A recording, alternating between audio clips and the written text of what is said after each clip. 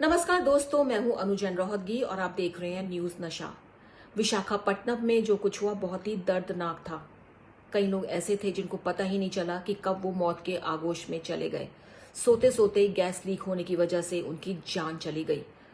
1000 से ज्यादा ऐसे हैं जो इस गैस के कारण प्रभावित हुए हैं और 200 के करीब ऐसे हैं जो अभी तक अस्पताल में भर्ती हैं और जो सीरियसली इल हैं, जिनका इलाज चल रहा है। और इस कांड ने हमें भोपाल कांड की याद दिलवा दी और वो ऐसा एक ट्रेजेडी थी हमारे लिए कि हम भुला नहीं सकते हैं कितने लोगों की जान चली गई थी। और इस ट्रेजेडी में थोड़ा ये है कि कैजुअलिटी कम हुई है, लेकिन अभी भी जो लोग हैं काफी बड़ी संख्या में हॉस्पिटल में एडमिट हैं और इनका इलाज चल रहा है। तो दोस्तों, बहुत ही बुरा हुआ और ऐसे समय में जरूरत पड़ती है कुछ ऐसे तरीकों के बारे में जानने की कि इमरजेंसी में अगर आप घर पर बैठे हों और कुछ इस तरह की घटना घट जाए, ये हमको जरूर पता होना चाहिए कि हमको क्या करना होगा उस समय। जी हाँ, ना हम डॉक्टर के पास जा सकते हैं, ना हम बाहर भाग सकते हैं। हम घर में बैठे हैं और हमें पता ही नहीं है कि हम क्या करें। तो कुछ इसी बातों की जानकारी देने के लिए आज मैंने बात की है डॉक्टर सुधा कंसल से, जो दिल्ली के अपोलो अस्पताल में सीनियर कंसल्टेंट हैं रेस्पिरेटरी और मेडिकल केयर मेडिसिन में। डॉक्टर, आपका स्वागत है न्यूज नशा में। सबसे पहले डॉक्टर, हम यही जानना चाहेंगे, क्या आप ऐसी टिप्स देना चाहेंगे हमारे व्यूअर्स को कि भगवान ना करे अगर ये दुर्घटना घटे और हम घर में बैठे हों और हमको बाहर भागना पड़ जाए, तो किस तरह से हम सावधानी बरतें कि थोड़ी बहुत हम अपनी रक्षा कर पाए। गैस से बचाव ही सबसे इम्पोर्टेंट ट्रीटमेंट है, यही प्रिकॉशन है। यदि आप अपने घर के अंदर हैं तो खिड़की दरवाजे बंद रखिए। एग्जॉस्ट हो तो एग्जॉस्ट को खोल के रखिए। घर में किसी को बंद दरवाजे में किसी को स्मोकिंग नहीं करनी चाहिए, क्योंकि जैसे मैंने आपको बताया है, सिगरेट के धुएं में भी इसका अंश होता है। अगर किसी भी समय सांस में कोई तकलीफ होती है, घुटन महसूस होती है, तो इमीडिएटली आपको डॉक्टर को कांटेक्ट करना चाहिए। जहाँ तक हो सके बाहर मत निकलिए, अपने घर में ही रहिए। अगर बाहर निकलना ज़रूरी है तो फेस पे मास्क पहन के ही आप बाहर जाइए। जहाँ तक हो सके, जहाँ से गैस लीक हो रहा है उस एरिया से आप दूर रहिए, अपने आप को बचाव करिए। तो ये जानकारी डॉक्टर सुधा ने दी है, काफी अहम जानकारी है कि मास्क लगाइए, खिड़की दरवाजे बंद कर लीजिए और एसी अगर चल रहा है तो वो बंद कीजिए क्योंकि उससे भी गैस अंदर आ सकती है। एग्जॉस्ट फैन चला लीजिए। और दोस्तों, छोटी छोटी और टिप्स हैं। और ये कहा जाता है कि जब भी कुछ ऐसा और आपको लगे आपका दम घुट रहा है तो मुंह पे मास्क लगा के गीला कपड़ा आप बांध सकते हैं, जिससे जो थोड़ा बहुत गैस अंदर आ रही है वो अगर आप इनहेल कर रहे हैं तो वो जो है गैस जो है पानी के जरिए आपकी जो गैस की जो मात्रा अंदर जाने की है वो कम हो जाती है। ये भी एक बहुत बड़ी टिप दी जाती है लोगों को कि घरों में रहें और खिड़की दरवाजे आप बंद करें कि जिससे कि गैस जो अंदर आ रही है वो ना आए। और अगर आप बाहर हैं तो आप क्या करेंगे, थोड़ी बहुत टिप्स यहाँ पे डॉक्टर सुधा ने भी दी है कि बाहर अगर आप भागे तो ये कहा जाए जहां से गैस लीक हो रही है, जहां से आपको पता नहीं है गैस कहां से लीक हो रही है, लेकिन जहां आपको लग रहा है कि थोड़ी ज्यादा क्वांटिटी में गैस आपको लग रही है और दूसरी साइड नहीं लग रही, तो दूसरी दिशा में भागिए जहां आपको लग रहा है कि गैस कम दिखाई दे रही है। कई बार बादल सा धुआं सा दिखाई देता है, जहां आपको कम लगे उस साइड आप जाइए और दौड़िए मत। ये बोलते हैं विशेषज्ञ, दौड़िए मत, अपना सांस मत फुलाइए।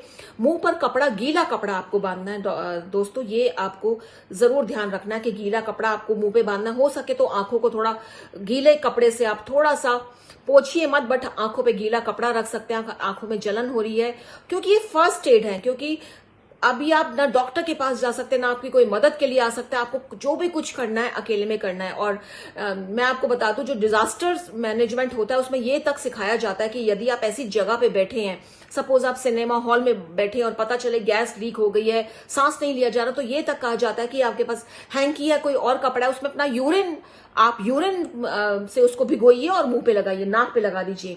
तो ये तक फर्स्ट एड सलाह दी जाती है।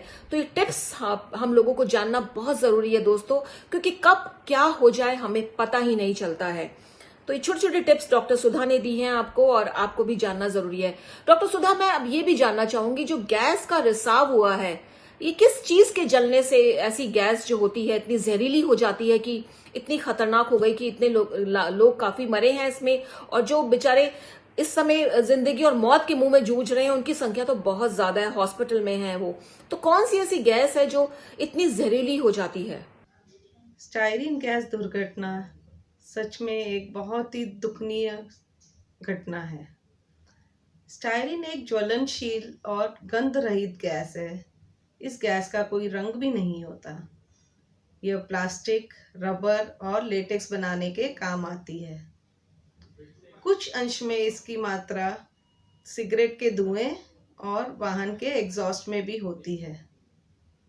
जब किसी इंसान को अचानक से इसका एक्सपोजर होता है तो उसकी आँखों में, नाक में, गले में और चमड़ी पर ईचिंग होती है और जलन होती है।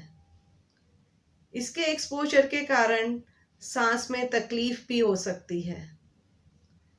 कभी कभी इसके कारण चक्कर, उल्टी और बेहोशी भी आ जाती है। तो दोस्तों, जैसा कि डॉक्टर ने बताया कि जो प्लास्टिक है, रबड़ है या इस तरह के सामान के जलने से ये गैस पैदा होती है, जहरीली होती है। और दोस्तों बता दें, जो ये फैक्ट्री थी जो खुली थी, लॉकडाउन के बाद खोली गई थी, इसमें जो डिस्पोजेबल प्लेट्स होती हैं, यूटेंसिल्स होते हैं, ये सब बनाया जाता था। तो जाहिर सी बात है कि रबड़, प्लास्टिक और इन तमाम चीजों का यहाँ पे इस्तेमाल होता होगा। और कहाँ कैसे लीक हुआ पता ही नहीं चला, किसकी लापरवाही थी या नहीं थी, ये तो जांच का विषय है। लेकिन जिन लोगों ने जान गंवाई उन्होंने तो गवाही दी है। तो जैसा कि मैंने आपको बताया, काफी लोगों का इलाज इस समय हॉस्पिटल में चल रहा है। डॉक्टर सुधा, अब हमसे ये जानना चाहेंगे कि ये वो लोग हैं, 200 के करीब इनकी संख्या बताई जा रही है।